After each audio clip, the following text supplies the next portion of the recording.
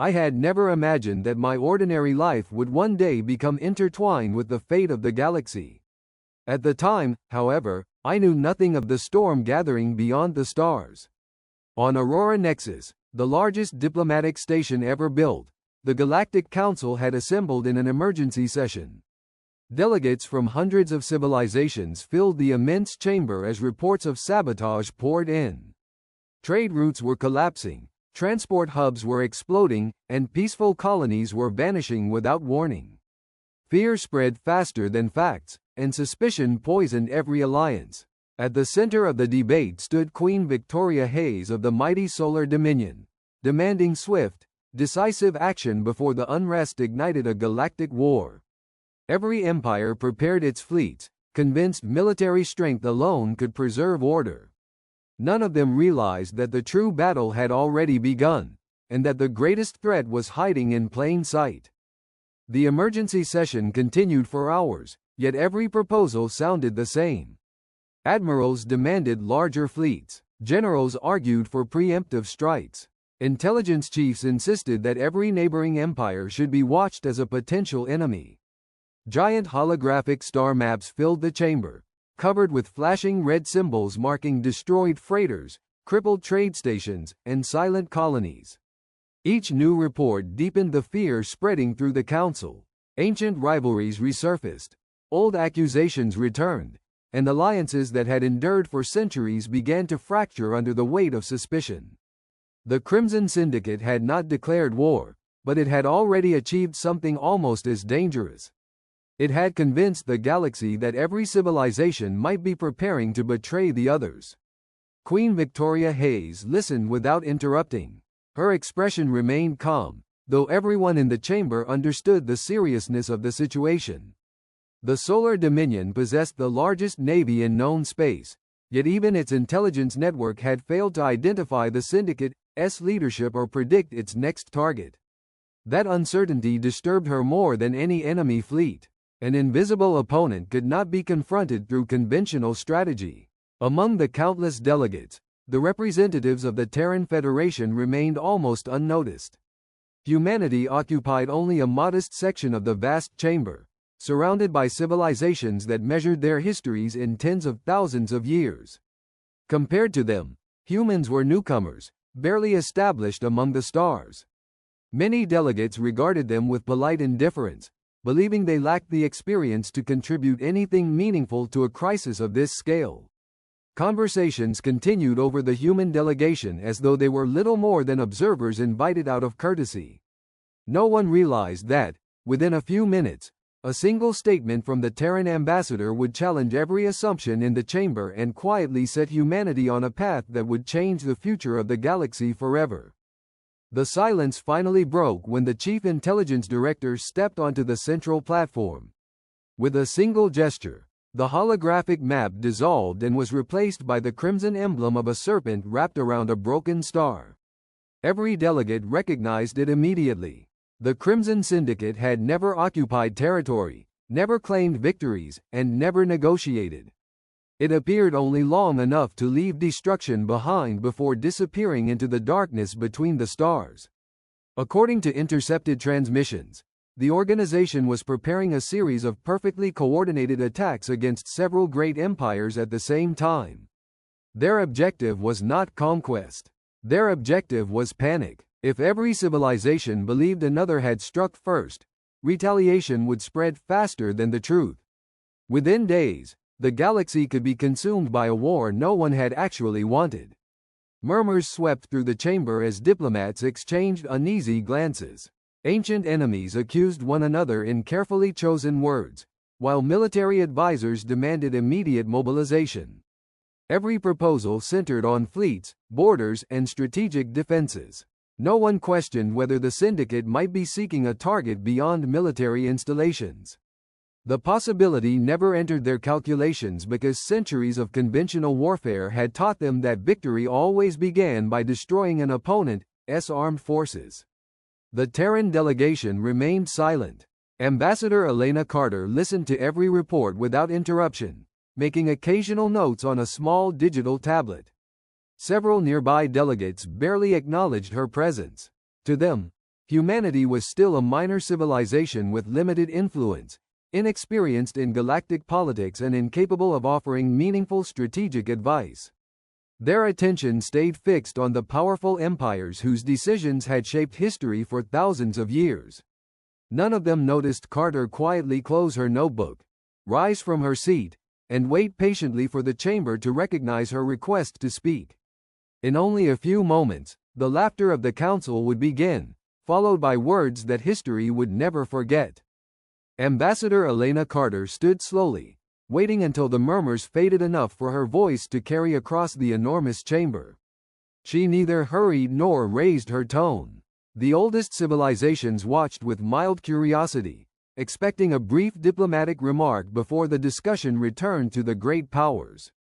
Even Queen Victoria Hayes shifted her attention toward the human representative, studying her with quiet interest. Carter placed both hands behind her back and looked across the sea of delegates before speaking. Looking at the wrong target." The sentence echoed through the chamber. Several officials frowned, unsure whether they had heard correctly. Carter continued without hesitation. "If someone wants to start a galactic war, they begin by attacking your fleets. Fleets create battles. Civilians create hatred. If the Crimson Syndicate truly wants every empire to fight, they'll strike what people love most first." She paused, allowing the translators to finish repeating her words. "Protect the children. Protect families. Protect hospitals, schools, evacuation centers, and civilian transport. Save innocent lives before you reinforce military bases. Deny the Syndicate grieving populations, and you deny them the anger they need to ignite this galaxy." For a brief moment, complete silence filled the council chamber. A handful of younger delegates exchanged uncertain glances, considering the possibility that the human ambassador might be right. Then the silence shattered. Laughter rolled through the chamber in waves. Several admirals openly mocked the proposal, insisting that no civilization had ever won a war by protecting playgrounds instead of battleships. Others dismissed humanity as inexperienced idealists who understood compassion but knew nothing about strategy. One elderly commander declared that only overwhelming military strength preserved peace, while another sarcastically suggested assigning rescue drones to lead the fleets into battle. Carter neither argued nor reacted. She simply returned to her seat, knowing history would decide whose judgment had been correct. The debate moved on as though Ambassador Carter had never spoken. Fleet commanders projected new battle formations across the chamber. Economists calculated the cost of mobilization, and diplomats argued over mutual defense treaties that had not been invoked for centuries. Every discussion revolved around warships, borders, and military readiness. The needs of ordinary citizens remained buried beneath layers of strategy, statistics, and political pride. Humanity's warning disappeared into the noise of the council, dismissed as the hopeful thinking of a civilization too young to understand the realities of galactic conflict. Queen Victoria Hayes, however, did not laugh. She remained seated in thoughtful silence while the arguments continued around her. Her advisors noticed that she replayed the human ambassador's statement several times on her private display, studying each sentence as though searching for something everyone else had overlooked. She had spent her entire life commanding fleets, yet experience had taught her that the most dangerous enemies rarely behaved as expected. If the Crimson Syndicate truly sought chaos instead of conquest, then attacking civilians would create far greater fear than destroying another battleship. The possibility refused to leave her thoughts. Far from the grandeur of Aurora Nexus, life continued almost unchanged on Frontier 12, a modest trading station located along one of the Federation's busiest commercial routes. Merchants bargained over spare parts, freighters unloaded cargo, children raced through the residential corridors, and repair crews hurried from one malfunction to another. To the people living there, the crisis existed only as distant news broadcasts shown on cafeteria screens between weather reports and shipping schedules. Few believed the growing tension among the great powers would ever reach their quiet corner of space. That was where I lived. My name is Ryan Miller, and I owned a small repair workshop tucked beside Docking Bay 6. Most days I fixed damaged service drones, broken loaders, household robots, and anything else that someone carried through my door. I never imagined that a simple repair job was about to place me at the very center of a conspiracy capable of setting the entire galaxy on fire. The workshop was small, noisy, and never truly clean. Spare circuit boards filled one wall, diagnostic screens covered another, and every flat surface seemed occupied by tools waiting for their next repair. I had stopped noticing the clutter years ago. To me, everything had its place, even if no one else could understand the system. Customers rarely cared what the shop looked like as long as they walked away with something working again. That was enough for me. Most mornings began the same way. I unlocked the front door before sunrise, switched on the lights, started a pot of coffee, and checked the repair queue that had arrived overnight. Service drones with damaged sensors, cargo loaders with burned-out motors, domestic robots suffering software glitches. There was always something waiting. Frontier 12 depended on people like me more than anyone realized. When machines stopped working, trade slowed. When trade slowed, the station felt it within hours. The crisis dominating the news barely changed my routine. Every screen in the food court showed debates from Aurora Nexus, dramatic headlines warning of rising tensions, and analysts predicting conflict somewhere among the stars.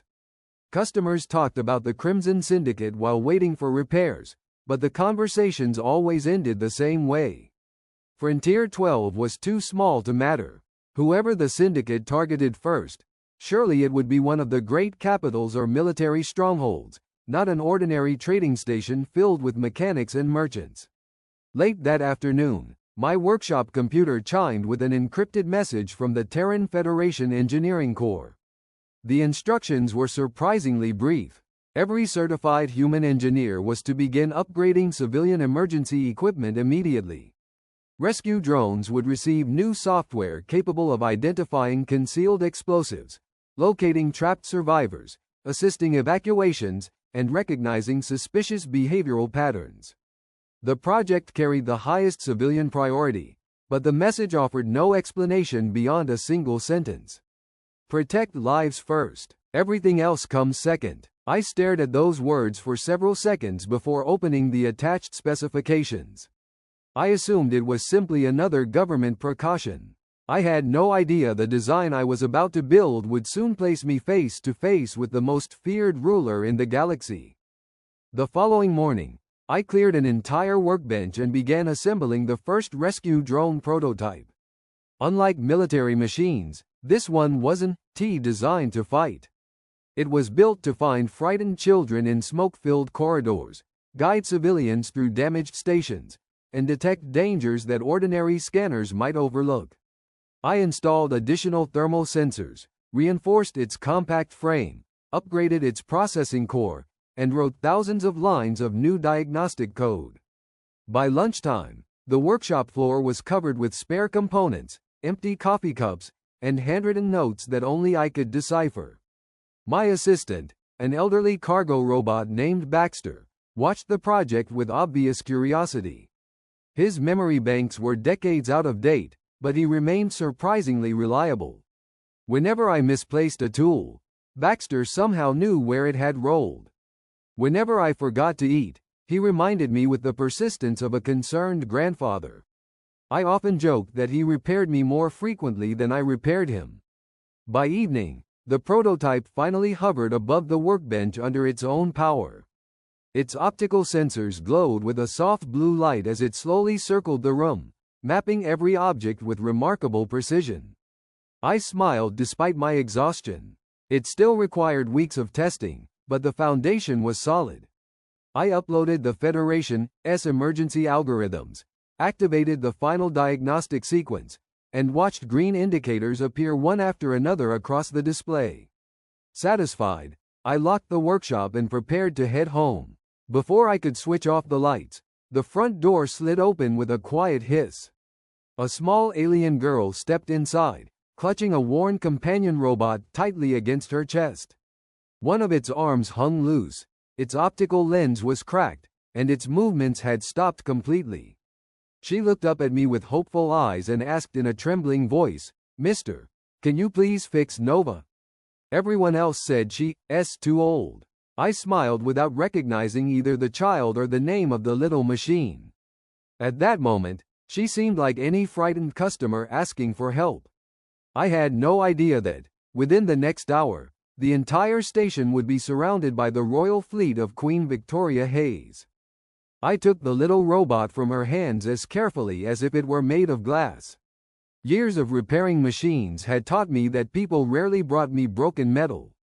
They brought memories, promises, and pieces of someone they refused to lose. Nova's outer shell was scratched, one leg actuator had seized, and the central processor had shut itself down after repeated power failures. None of the damage looked impossible to repair. I smiled at the girl and pulled a stool beside my workbench. "Give me a little while," I said. "Let's see if your friend still wants another adventure." She nodded so quickly that a lock of silver hair fell across her face. While I opened the tiny chassis, she sat quietly with her hands folded, watching every movement as though the fate of the galaxy depended on a screwdriver. In a way, it did, although neither of us knew it yet. Nova was an older civilian companion model, discontinued decades earlier.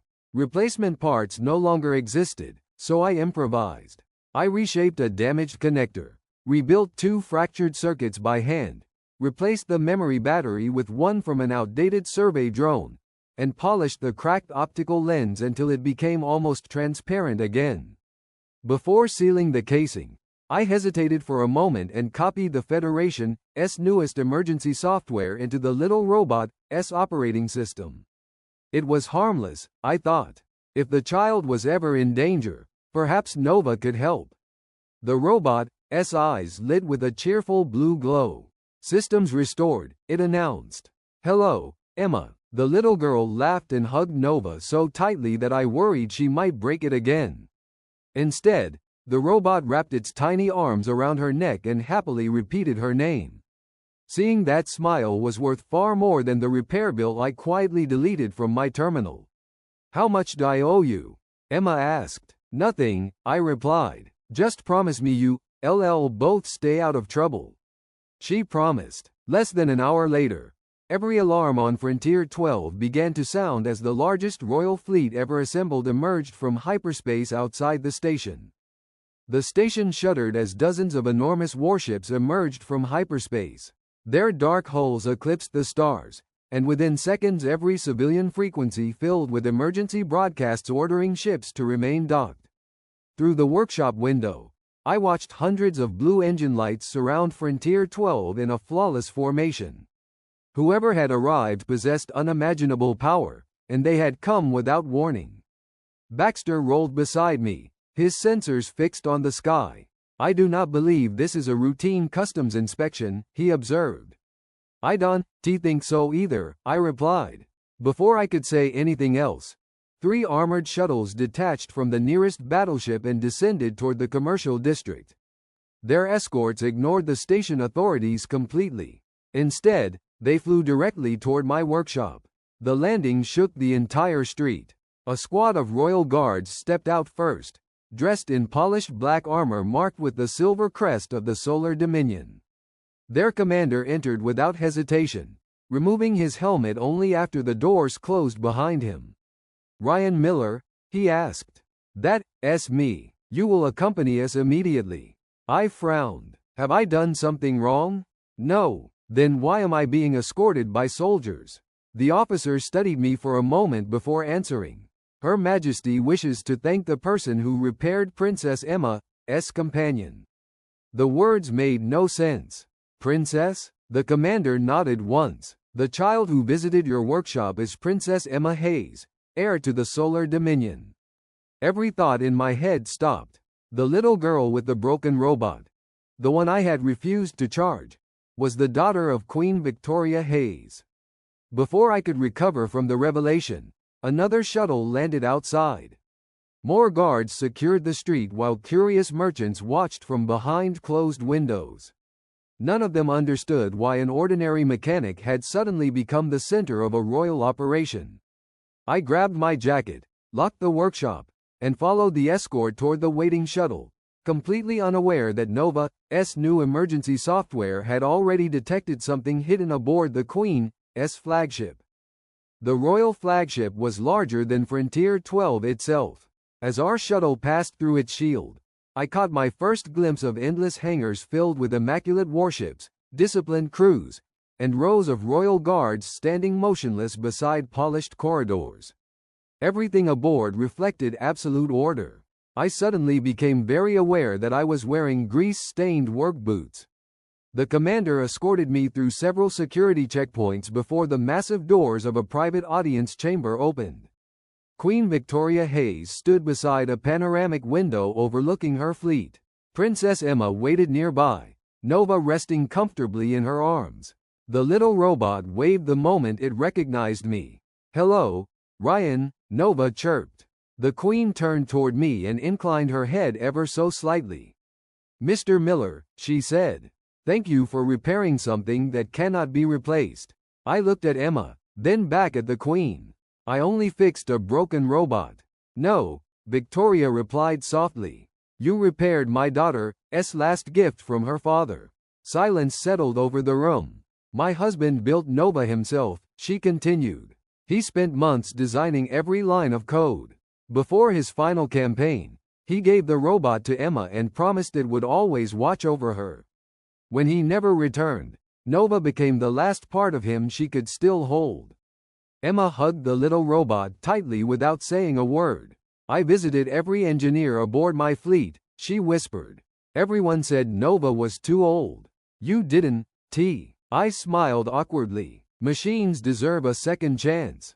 Before anyone could answer, Nova's cheerful expression suddenly disappeared. Its blue eyes shifted to a flashing amber as it turned toward the royal guards standing near the entrance. "Warning," the little robot announced.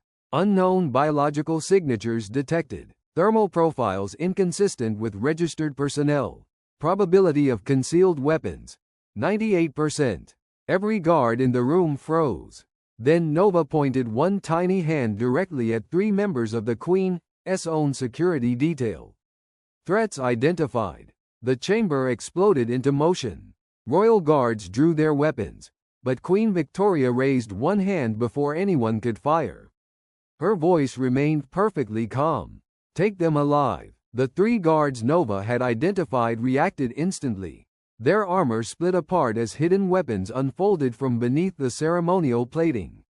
One reached for a concealed pistol while another activated a compact explosive strapped beneath his uniform. Before either could move another step, Dominion security officers slammed them to the floor. The struggle lasted less than 10 seconds. Nova's sensors continued scanning the room. "Additional encrypted transmissions detected," the little robot reported. "Origin unknown. Signal relayed through Council communication channels." The Queen's expression hardened. "Council channels?" "Confirmed." Within minutes, military intelligence specialists flooded the chamber. They connected Nova directly to the flagship's secure network and began examining the data stored inside its upgraded operating system. My emergency software had never been designed for espionage, yet its behavioral analysis routines had quietly recorded dozens of irregularities. Tiny differences in body temperature, artificial heartbeat patterns, delayed responses between speech and movement. Individually they meant nothing. Together they formed a pattern impossible to ignore. An intelligence officer looked up from his console. "Your Majesty, this wasn't an isolated infiltration." Another officer projected a star map across the chamber. Red markers appeared one after another, spreading through military headquarters, diplomatic embassies, and even Aurora Nexus itself. Every identified operative communicated through the same encrypted network. Queen Victoria folded her arms. "The Crimson Syndicate." "Yes, Your Majesty." Silence filled the room. The officer swallowed before continuing. "Our investigation indicates the syndicate has agents embedded inside multiple governments." He hesitated. "And evidence suggests several members of the Galactic Council have been assisting them." The room became deathly quiet. The conspiracy was no longer targeting individual empires. It had already reached the very heart of galactic civilization. And somehow, it had all begun because one little girl asked an ordinary mechanic to repair her favorite robot. News of the conspiracy spread across the galaxy within hours, but the investigation revealed something even more disturbing. The captured agents had never intended to attack Queen Victoria aboard her flagship. Their true objective was the upcoming royal coronation on Aurora Nexus, where rulers, ambassadors, and military commanders from every major civilization would gather beneath one roof. If the Queen died there, every empire would blame another. The Crimson Syndicate would not need to declare war. The galaxy would ignite by itself. Against the advice of several admirals, Queen Victoria refused to cancel the ceremony. "If we hide," she said, "they win before the first shot is fired." Security was strengthened beyond anything in galactic history. Thousands of guards secured the council hall. Every guest passed through multiple scanners. Even so, I couldn't shake the feeling that something had been overlooked. Nova stayed beside Emma throughout every inspection, quietly scanning everyone who approached. The coronation began exactly at noon. Representatives from hundreds of civilizations watched as Queen Victoria stepped toward the ancient throne of the Solar Dominion. Music echoed through the magnificent chamber while cameras broadcast the ceremony across known space. Everything appeared perfect. Then Nova froze. Its eyes flashed bright crimson. "Emergency!" the little robot shouted. Explosive signatures detected. Every conversation stopped. Nova projected a holographic map onto the floor, highlighting 4 support columns surrounding the ceremonial platform. Charges concealed inside structural framework. Detonation in. The countdown appeared. 7 seconds. Panic swept through the chamber. Human security specialists reacted before anyone else could move. Without waiting for orders, they sprinted toward the marked columns. One team evacuated Emma and the Queen while another ripped open maintenance panels with portable cutting tools. Hidden explosives appeared exactly where Nova had predicted.